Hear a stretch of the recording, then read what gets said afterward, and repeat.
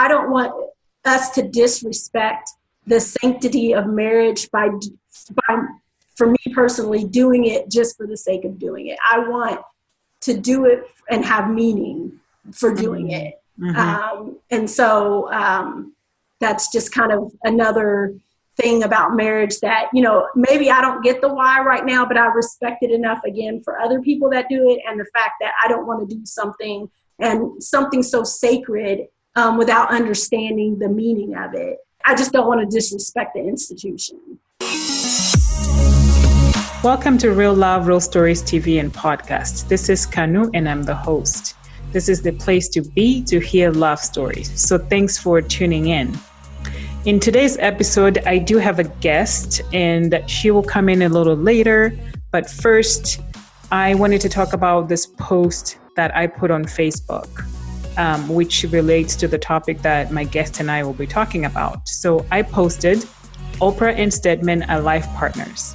What do you think about the idea of being life partners versus being married? Is marriage more for religious people? I have enjoyed very much in these last few weeks where I post something on Facebook and I hear people's thoughts and then I incorporate those thoughts, comments into an episode like this one. So thank you to those that took time to share, and I'll be reading a few of those. Tons of great ones that were posted, but I've condensed it to just a few. So this first post, this person had tons of really good information to share, but I had to shorten it. So this first person said, just living together is exactly that, a convenience rather than an actual commitment. Marriage ceremony can be religious or secular. It shouldn't matter since people of any gender, faith, or atheist can be faithful by choice. Most of us are mere mortals seeking a loving, devoted life partner, one who, for her, when she meets him, will marry. If he doesn't want that, then he isn't right for her. So the second comment is, I'd like to be married, but I know that what matters most is the level of commitment between partners. A ring and a piece of paper are not necessary for that. This comment says, a Christian who follows the laws of the Bible will follow the laws of Christ and live a Christ-like life. In this particular post, they are talking about you should get married. And then this fourth one, this person says, I didn't get married until I was 40 for a multitude of reasons. When she met her husband, she felt differently. She felt safe and strong. And both of them come from their families where there's a lot of divorces. And so they didn't want that for each other, but they decided to marry because it was a super personal commitment that they both needed and wanted. And by the way, she posted they're both atheist. And this next comment is, this particular person and her partner have been together 15 years. Both were married and divorced. They decided, since they didn't want to have children, that they would get an attorney and instead of marriage, get an attorney, file the power of attorney papers and a living will, and then an end of life will. And then this fifth comment says, kids throw a different dynamic to life partner arrangement. Also age, because people who meet later in life rarely consummate their relationship with marriage. There's no need to. And this last comment says that she agrees religion plays a role for many. But then, like in Hinduism, the priest guides you through a series of traditions that each have a meaning. When you achieve something, you want to party. So why wouldn't you want to rejoice finding a person who you truly love? So thank you so much for all the comments. And now I want to invite you to listen to this story from my guest as she shares her story and journey into her life partnership. Enjoy. Hello, Kalisha. Thank you so much for being on Real Love, Real Stories. I'm so excited to have you on. And so let's start by having you introduce yourself. My name's Kalisha, and I've been living in Phoenix here for the last 2.5 years. Moved from the Midwest, Louisville, Kentucky. I lived there for about 23 years, coming from San Diego, California. What else would you like to know? That sounds good. Okay. Yeah, no, I'm excited to have you on because, we're talking about life partnership versus marriage. Give us a little bit of backstory. So what's your situation? Are you married? Are you single? Give us a little bit of a backstory. I am in a long-term committed relationship, not married, but I have a partner. We've been together for 11 and a half years. This is a great relationship. Just to give a little background, I was in a committed relationship prior to this one for about 8 years, very toxic. And when we broke up, I was single for a couple of years, dated, and then finally got to a place where I decided I was just going to focus on school because I was a late bloomer in terms of my college career, and decided I'm just going to focus on school. I was independent. I had a condo that I had bought. I was working a job and then also working side jobs. In the side job that I did is I found a commercial shoot on Craigslist. And it was like, come out to the commercial shoot, be an extra. It was like on a Sunday evening, and I decided I was going to go on Sunday. I contemplated if I actually was going to go or not. And I was like, I'm just going to go ahead and go. Mm-hmm. I went by myself, and the commercial shoot went really well. And I remember I was kind of in networking mode. I wasn't in, perspective looking for anybody. Right. So I would kind of have my networking hat on, professional hat on. So I wasn't really paying attention to anybody that was there.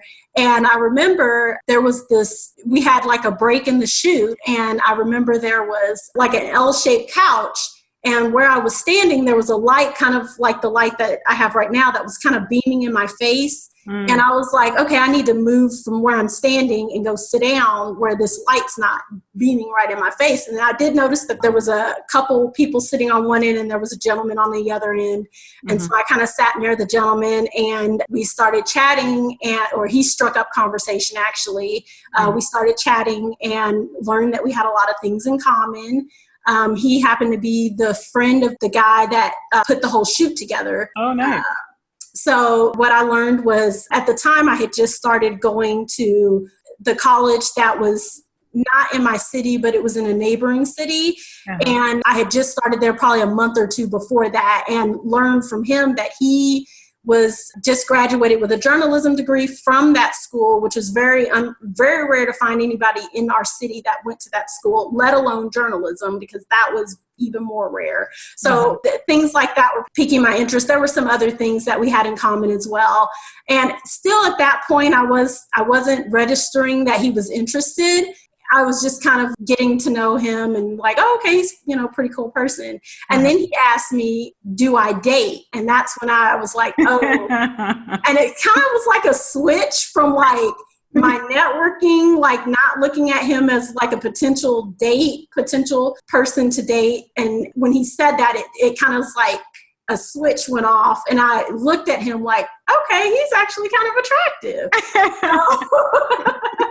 Okay, it's just kind of my eyes open. And I was like, okay, he's kind of, he's actually attractive. And so kept talking a little more. And then of course his friends kind of came in, and he thought they messed it up. Not the one that got the shoot together, but other friends of theirs were there at the shoot as well. Oh, because he just wanted to keep talking to you and just... Yeah, and one of his friends came over and was he's just a really goofy guy, and I could see how he would probably think that this guy could potentially mess it up. Me, I guess my thought of this guy he thought would rub off on what I thought about him. So right. He was nervous that this guy was messing it up for him, but he didn't. So we exchanged numbers. And so then that was a Sunday night, and I texted him the next day or two and asked him if he wanted to go to lunch and didn't really hear anything back. And then he called me a little later, and come to find out he worked second shift. So while I'm at work all day and, then I had classes and then get home later in the evening, I'm thinking he's working a regular day job like I am. And so I'm wondering, like, how come I hadn't heard from him? And then I'm like, okay, starting to question, like, is he really into me? I'm not really sure. Right. So for about a week, I had this, like, we talk, and it was just different than the other guys that I would talk to. He just really seemed more interested in me and not, he didn't come off as like having an agenda to be romantic. He just seemed more genuine, and like he really wanted to get to know who I was. Although in hindsight, that's really sweet. At that moment, I was torn on, like, okay, does he really like me, or is this like just friends? Am I reading this wrong? So anyways, we ended up at the end of the week going out. I want to say a date, but it was really, we just went to like Steak and Shake and at like midnight when he got off. And then we hung out, a little bit over the weekend, and then the next week, and then it just progressed from there. And I'll back up. The prior relationship that I had before I got to this one, it was very toxic, a lot of infidelity, kind of going backwards instead of forward. So it never got to a place of security for me to feel safe in the relationship, in terms of like, okay, I could see a solid future. I feel, just that solidness of the relationship. I didn't feel that in the last one. So when I got to even the guys I was dating before, my whole thought was, in terms of the next boyfriend I'm going to have, I want it to be somebody that I know I'm not going to be seeking for somebody else. I'm not going to have this curiosity of wanting to date other people, like I'm not going to make the label of a boyfriend until I find somebody that I feel that secure with. It kind of was like, I'm almost thinking about it in a marriage kind of way. If that makes sense in terms of the long-termness. I wasn't going to make a decision to make somebody my boyfriend if I didn't feel like it was going to be long-term. And I see. Okay. And if I didn't feel like they were the one that I felt like I could be with, that I wouldn't be seeking for somebody else. And a lot of the guys before that, that's what I felt. I just felt like, you have some qualities, but it's just, there's some things that, like, there's more things that I'm looking for. And that's the story that I told is my current partner. And he fit all of those categories to me. Like, there wasn't anything that I felt like was missing with him. That's that awesome. I felt like I needed, and I felt good about it from the very first day. But it was a process too. I mean, it took me a couple of months before we committed to the relationship. He told me probably about a month or so in that he did want to be in a relationship. And I just really, to me, it was that serious. I wasn't just going to say, okay, we're boyfriend and girlfriend. I really had to really think deep about that. And it took me a while before I finally felt comfortable saying, okay, I really do feel like you are the person that I just wanted to give it some time. So all that said, we're here now, 11 and a half years. We're not married. And so 11 and a half years together. Wow, that's awesome. Marriage, I wouldn't say that it kind of came on the table where he's like, okay, I think I want to get married. It was just kind of like, after a couple of years, people start, you've been together 2 years, 3 years, what about marriage? So because of that kind of stuff, it kind of introduced the idea in our relationship.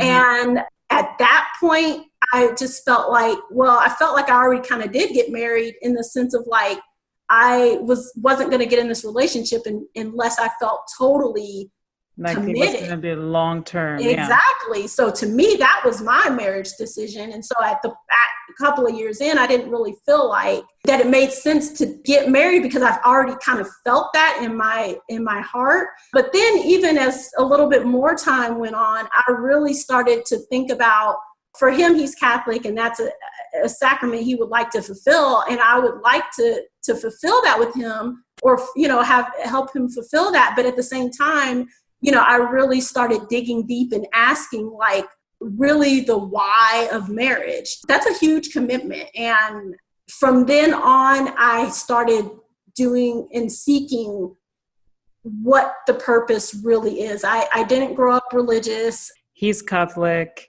And so, it sounds like you're not affiliated with. I'm spiritual, but I'm not affiliated with a church of any kind. So, Okay. So I didn't grow up having that instilled in me to understand that aspect of it. And I read about and I asked him to kind of, teach me about like Catholics and their thoughts on marriage. And I even did other research, but, because I'm open to it, I just don't have that.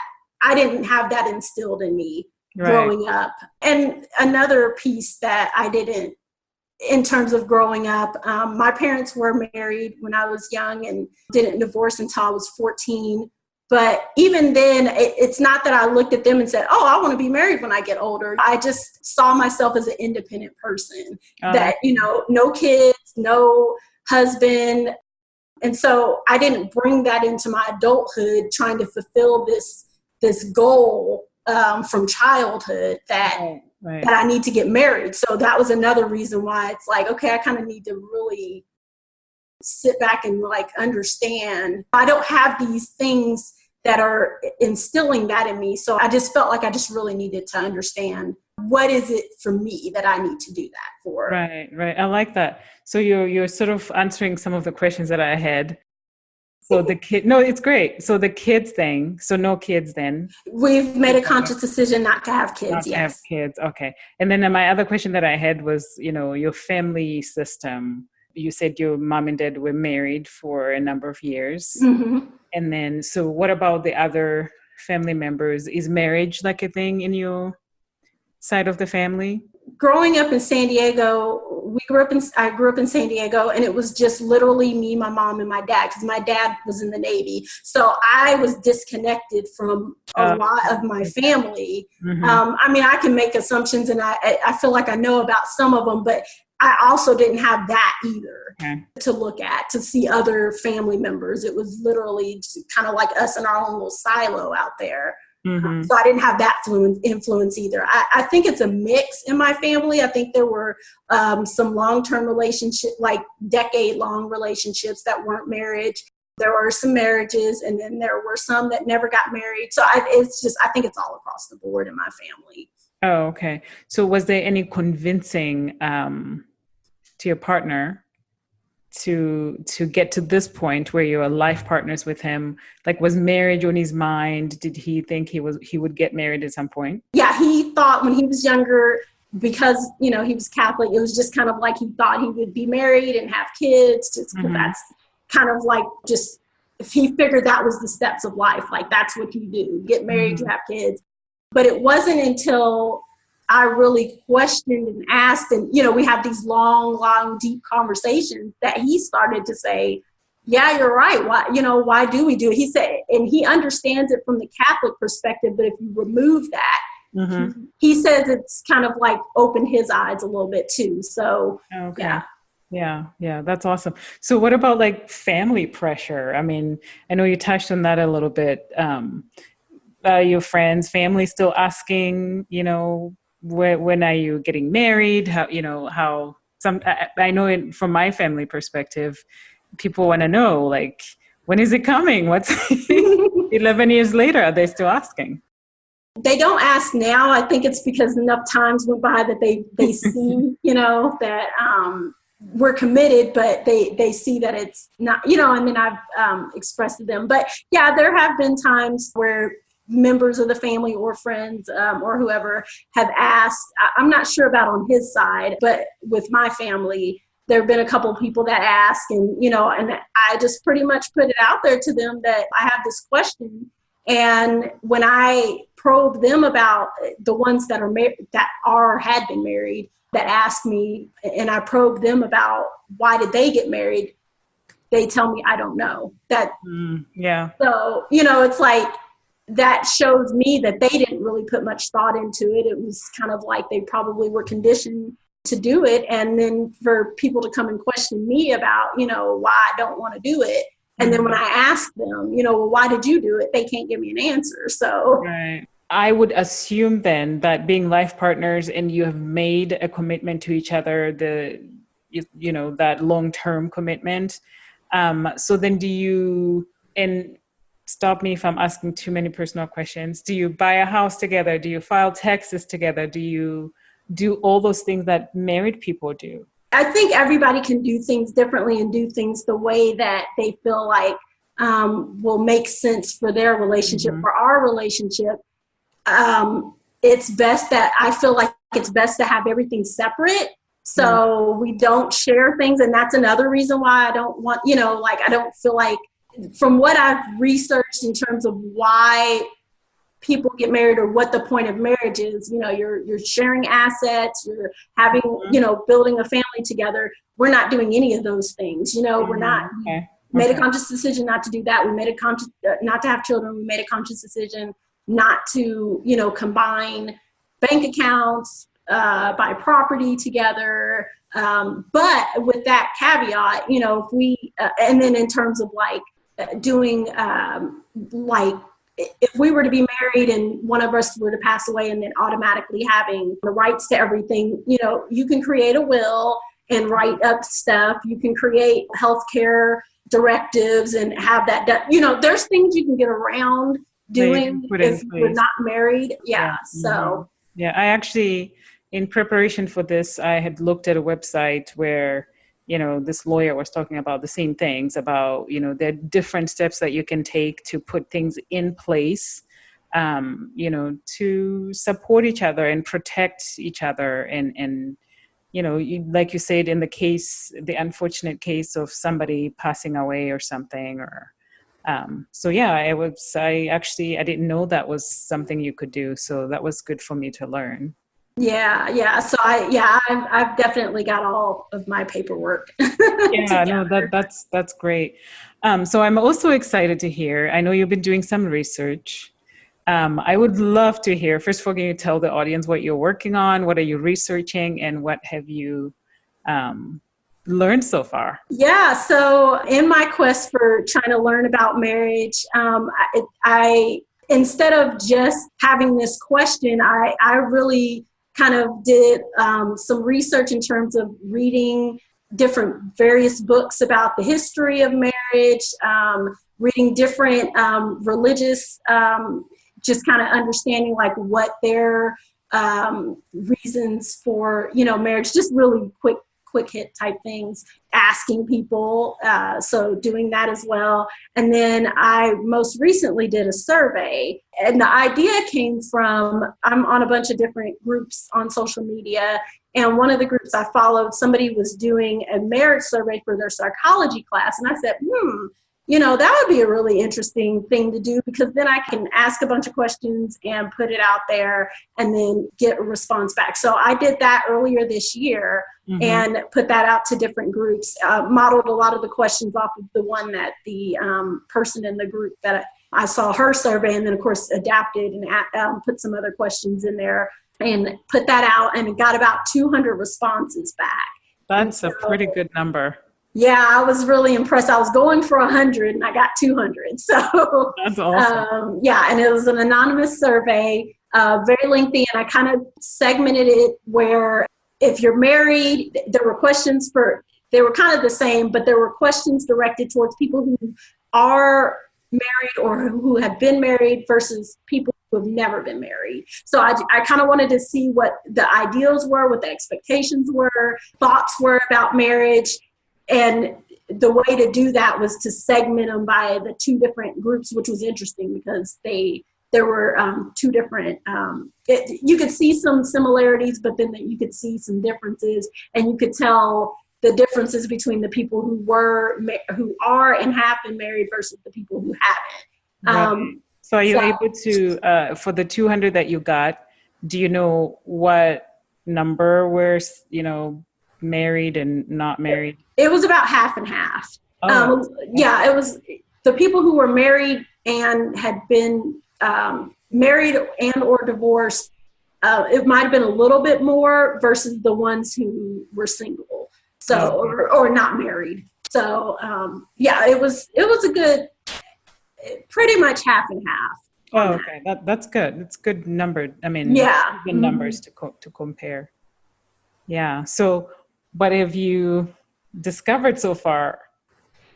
Well, I don't feel like I don't feel like I got the answer that I'm looking for, and maybe it's the questions that I need to figure out how to articulate the question that I need to ask that I'm trying to get to. But I feel like so I did that survey where I had 200 responses, and then based off some of the responses, and I tweaked some of the questions, and then put out I have another survey. I just haven't really pushed it out there.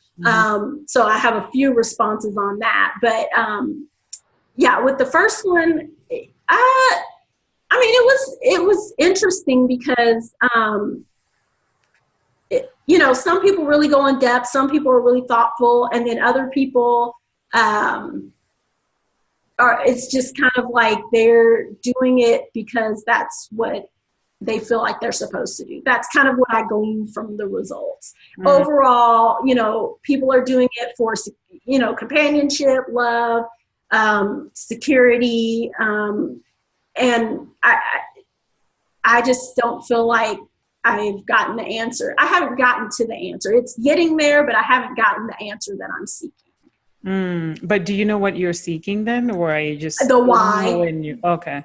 The why, and I don't think I really asked that question in my survey. Gotcha. Like, why do you get married, or why would you get married? Exactly. Okay. And the why of marriage, like, I know businesses are getting into the why of why they operate. I guess that's just kind of what I'm seeking. But again, I'm trying to figure out how to articulate that. Yeah. No, that's awesome. So maybe we can put the link to your survey in the show notes. That'd be great. If people are listening to this episode, want to contribute, and they can actually specifically answer the why to why they are married or why they would get married, they can just click on to, and hopefully you'll get lots of responses. Yes. Yeah, because I'm interested. I'd like to follow this and see what you find out. Is there a time frame that you're doing the survey? I don't really have a time frame, but maybe I guess by the end of the year would probably be good to collect some more responses. That'd probably be a good deadline. Yeah. I think that's a great idea. What advice would you have for someone who maybe is in a relationship, maybe they feel pressured to get married because of maybe their religious background or maybe family pressure? Do you have any advice for a couple who might be in that situation? My advice is just to really dig deep and ask why. Why do you want to get married? What is this stemming from? What do you want to get out of, I think the why is really important. It's just really, for sure, like ask yourself a question of why you want to get married. Whatever that answer is, ask why again. Just keep asking, get to the root of why you want to do this. And I'll put out there that I totally respect, people that make the decision to get married, and I almost envy people that know why they want to get married, because I don't know the why for me. So I'm totally supportive. If a friend gets married, I'm not going to be like, no, you should, think deeply about this. Like if they know why, that's great for them. Just for me, I just need more. So yeah, that would be my advice, is just to really, get to the root of why you want to do that. Yeah.